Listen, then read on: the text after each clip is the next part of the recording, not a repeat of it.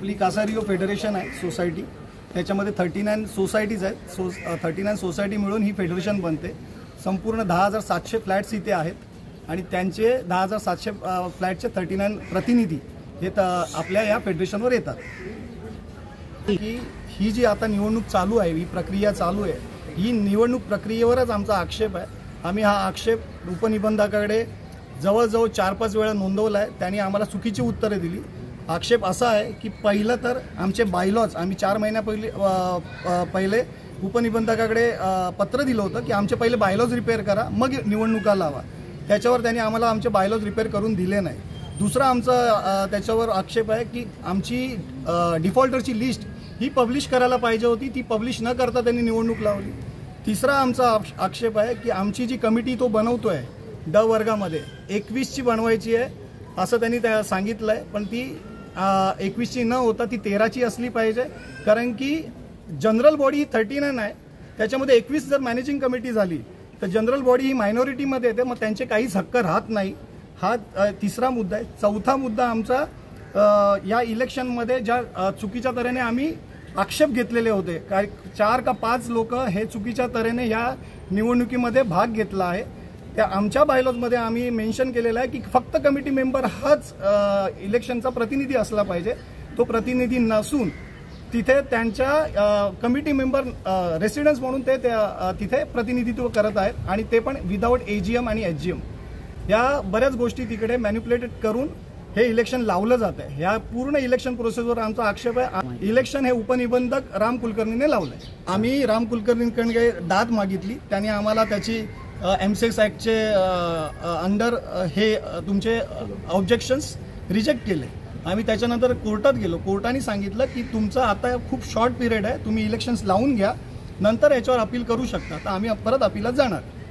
या इलेक्शनमध्ये आम्ही या इलेक्शन प्रोसेसचा सन्मान करतोय, कारण की आज जर इलेक्शन प्रोसेसला आम्ही बहिष्कार केला तर परत ते चुकीचीच लोक त्या इलेक्शन प्रोसेसमध्ये उभे राहतील. 1% ही आमच्याकडे लिस्ट आहे.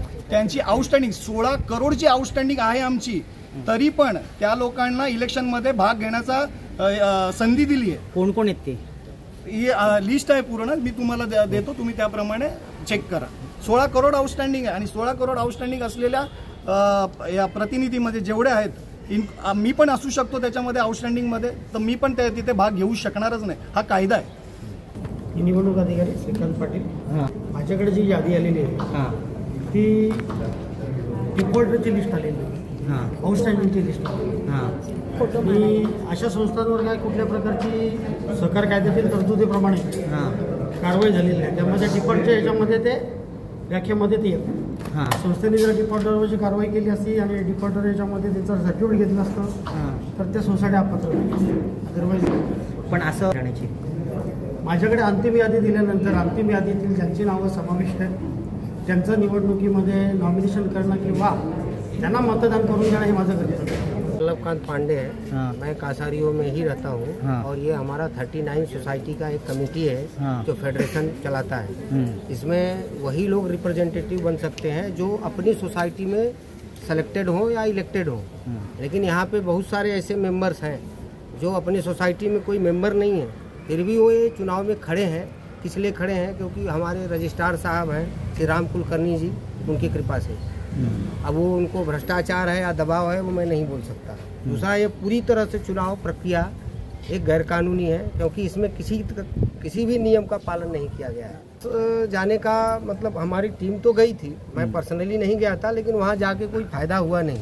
ऐसा लग रहा है कि वहाँ से ही या कहीं से भी उनको दबाव डाल के ये मैच फिक्स कर दिया गया है. ये चुनाव एक्चुअली पहले से फिक्स है.